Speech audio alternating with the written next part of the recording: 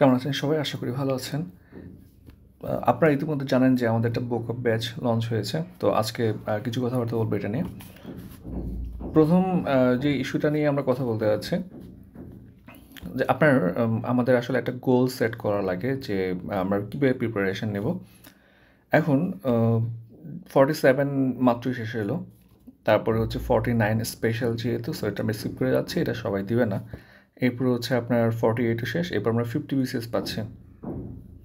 ওকে, so এখন 50 বিসিএসটা কখন হবে সেটার উপরে বেস করে হচ্ছে আপনার সিদ্ধান্ত নিতে হবে যে আপনি আসলে কীভাবে প্রিপারেশন নেবেন।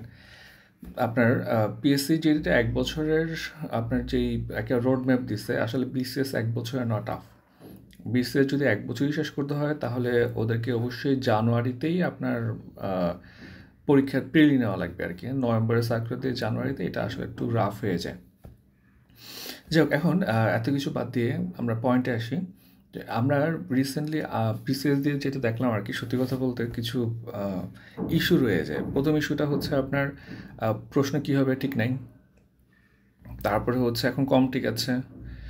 সেকেন্ডারি ইস্যু চলে আসতেছে হচ্ছে আপনার ভাইভাতে হচ্ছে মানে আপনারা দেখেন যে আপনার 41-এর যে মার্কশিট, কেউ হচ্ছে আপনার আপনার 500 আপনার 70-80 পেয়ে ক্যাডার পেয়ে গেছে, আবার কেউ হচ্ছে 587 পেয়ে হচ্ছে নন ক্যাডার।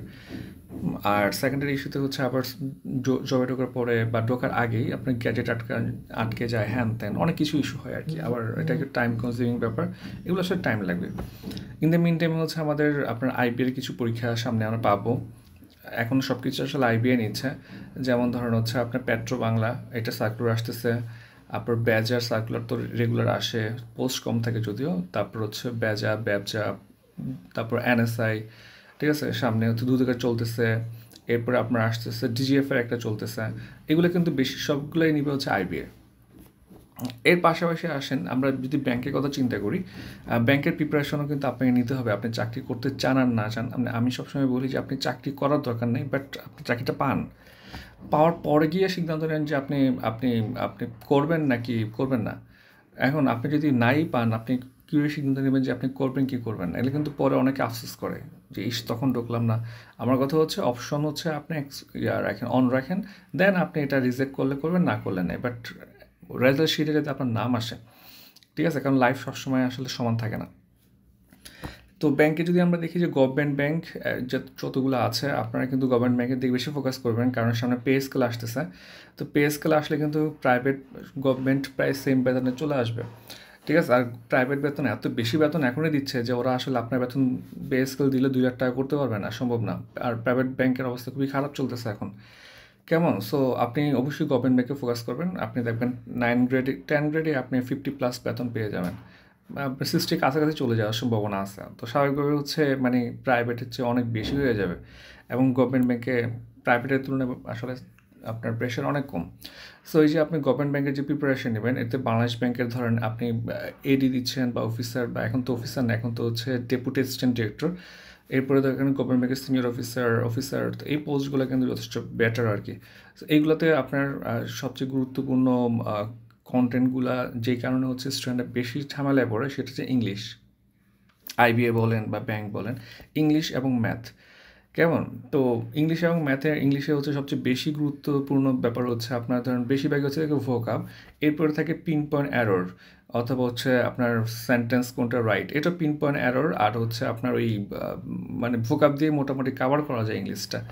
আর ম্যাথের জন্য হচ্ছে কিছু স্পেসিফিক টপিক আছে, যেমন ধরেন শতকরা, পার্সেন্টেজ, তারপরে হচ্ছে আপনার লাভ ক্ষতি, প্রফিট লস, আচ্ছা শতকরা পার্সেন্টেজ সেম, প্রফিট লস, তারপর হচ্ছে আপনার ইউনিটারি মেথড, মানে এই টাইপের যে আরও কিছু আছে, যেমন ধরেন হচ্ছে অংশীদারিত্বের কিছু, পার্টনারশিপের কিছু ম্যাথ আসে। এর পাশাপাশি হচ্ছে আপনার পরিমিতি থেকে 1-2টা ম্যাথ আসে এখন ব্যাংকে, ঠিক আছে? সো এইগুলোতে বেশি ফোকাস করলে 5টা থেকে 6টা চ্যাপ্টার পড়লেই আপনি মানে মোটামুটি প্রায় সবগুলো কমন পেয়ে যাবেন। গত 3-4টা অ্যাসোতে আমরা দেখে আসছি। যাক, এখন আমরা মূলত ভোকাব ব্যাচটা নিয়ে কাজ শুরু করতেছি এই জন্য যে ভোকাবটা আপনার বেশি গুরুত্বপূর্ণ সবগুলো পরীক্ষার জন্য। এটা আইবিএ বলেন, ব্যাংক বলেন, এটা ইভেন বিসিএসে বলি।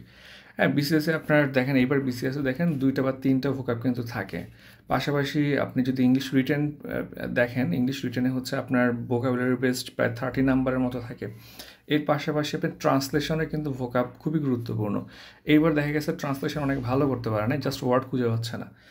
তো আমরা মোটামুটি সব কিছুকে কম্বাইন করে হচ্ছে একটা ব্যাচ নিয়ে আগানোর প্ল্যান করতেছি। এটা মূলত থাকবে হচ্ছে আপনার আমাদের মেইন গোল হচ্ছে ডেইলি স্টারে যে ভোকাবটা দিই, যেটা এখন আমরা ফ্রিতে দিচ্ছি, সেটা আসলে আমরা ফ্রিতে দেওয়ার সুযোগ পাচ্ছি না। আস্তে আস্তে আমরা এটাকে কমায় ফেলবো, ঠিক আছে? সো এই একটা ইস্যু। সো আমরা ডেইলি স্টার থেকে হচ্ছে ভোকাব দিব। এর পাশাপাশি OnePlus-এর যে ভোকাবের কম্পিটিটিভ ভোকাব বইটা আছে, এই বইটা আমরা ভোকাব পার্টটা শুধু শেষ করব। এর পাশাপাশি হচ্ছে আপনার ফ্যানমের যেই আপনার ভোকাব আছে, ফ্যানমের ভোকাব থেকে কিন্তু ভাই সবখানে কমন পড়ে, ঠিক আছে? আপনি আইবিএতে কমন পাবেন, বেশি ভোকাব নেই, 700-র মতো ভোকাব আছে। অসাধারণ একটা কাজ করছে ওরা। এইগুলো হচ্ছে আমরা শেষ করব। এর পাশাপাশি হচ্ছে আমরা প্রতি সপ্তাহে একটা করে পরীক্ষা নিব, আর ট্রাই করবো আর কি। যদি কোনো ক্লাস হবে না এখানে এখানে এটা কিন্তু আসলে ভোকাব আসলে ক্লাস নিয়ে পড়ানোর মুখস্থ করানোর জিনিস না। হ্যাঁ, আমি মুখস্থ করাইতে পারি, আমি ক্লাসে কিছু মুখস্থ করাইছিলাম, বাট সেটা অন্য ব্যাপার, ঠিক আছে? সো আপনি কিন্তু নিজেকে পড়তে হবে এবং প্রতিদিন হচ্ছে আপনাকে 30 মিনিট রাখা লাগবে ভোকাবের পিছনে। এবং এটা স্পোকেনের জন্য কিন্তু অনেক ভালো, যারা ভাইবা দিবেন তাদের জন্য এটা খুব কাজে আসবে। সো আমরা আগামী আপনার শুক্রবার মর্নিংয়ে হচ্ছে আমরা একটা সেমিনার করব এবং ব্যাচ কিন্তু শুরু হয়ে গেছে এখনই, মানে এখনই ব্যাচ শুরু হয়ে গেছে। আপনার ভর্তি হতে পারবেন। আগামী শুক্রবারে হচ্ছে আমাদের ফার্স্ট পরীক্ষা, ঠিক আছে? আর হচ্ছে শুক্রবার সকালে হচ্ছে আমরা একটা সেমিনার টাইপ করব, এখানে আলোচনা করব কীভাবে আপনারা ভোকাব পড়বেন। এর আগে করার প্ল্যান ছিল, তবে আমরা এর আগে করছি না আর কি, একসাথে শুক্রবারই করব।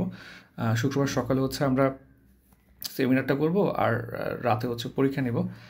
এটা হচ্ছে কোর্স ফিটা আমরা খুব সুন্দর করে সাজাইছি। আপনার হচ্ছেন পার ডেতে 1 টাকা 20 পয়সা বা 1 টাকা 15 পয়সার মতো পড়বে। তো আপনার মাসে হচ্ছে পড়তেছে 33 টাকার মতো, আর 3 মাসে হচ্ছে 100 টাকা। তো আমাদের কোর্স ফি হচ্ছে প্রতি 3 মাসের জন্য 100 টাকা। এটা একটা কন্টিনিউয়াস প্রসেস থাকবে। আপনি ভর্তি হলে তারপরে 3 মাস হচ্ছে আপনি অ্যাক্সেস পাবেন। আর কোর্স ফি হচ্ছে 100 টাকা, মানে পার ডে 1 টাকা কাছাকাছি। এর কম আসলে পসিবল না, আপনারা বুঝতেছেন। হয়তো সামনে কোর্স ফি আরও বাড়বে। তো আমরা ট্রাই করবো আর কি। মূলত এটা আসলে একটা মানে ভোকাব নিয়ে আড্ডাখানা আর কি, ঠিক আছে? ভোকাব নিয়ে একটা আড্ডাখানা বলা যায় আর কি। সো ভোকাব আপনি পাবেন, আপনি জানাবেন, আমরা দিব, আপনি পড়বেন। এইভাবে হচ্ছে একটা আড্ডা দেওয়া টাইপের হবে। আপনি যদি ঠিকঠাক হচ্ছে ভোকাব পড়তে পারেন ভাই, এইভাবে পড়তে পারেন, গল্প করে পড়তে পারেন, আপনি অসাধারণভাবে উপকৃত হবেন। আর যদি ভোকাব আপনি শুধু মুখস্থ করে যেতে চান, আপনি পারবেন না। বিসিএসে হচ্ছে ভোকাবের উপর আপনাকে সেন্টেন্স লেখা লাগে, অপোজিট ওয়ার্ড লেখা লাগে, মানে এটা বিসিএসের ভোকাব আরও বেশি ডিপলি আসে আর কি। যদি কঠিন আসে না, কিন্তু এটার ডাইভার্সড আসে। সো আই গেস যে এই আপনার কোর্সটা হচ্ছে আপনাকে যথেষ্ট পরিমাণে হেল্প করবে। আপনারা ভর্তি হতে পারবেন। আর ডিটেলস হচ্ছে ডেসক্রিপশানে দিয়ে দিব। এটা হচ্ছে বিকাশ নাম্বার, এখানে যুক্ত হয়ে আপনি এখানে টাকা পাঠায় এখানে আপনি হোয়াটসঅ্যাপে টেক্সট করতে পারবেন। এর পাশাপাশি আপনি আমাদের গ্রুপের লিঙ্ক থাকবে, গ্রুপে স্ক্রিনশট পাঠাইলেও হবে আর কি। কোনো কোশ্চেন থাকলে জানাবেন। ধন্যবাদ সবাইকে।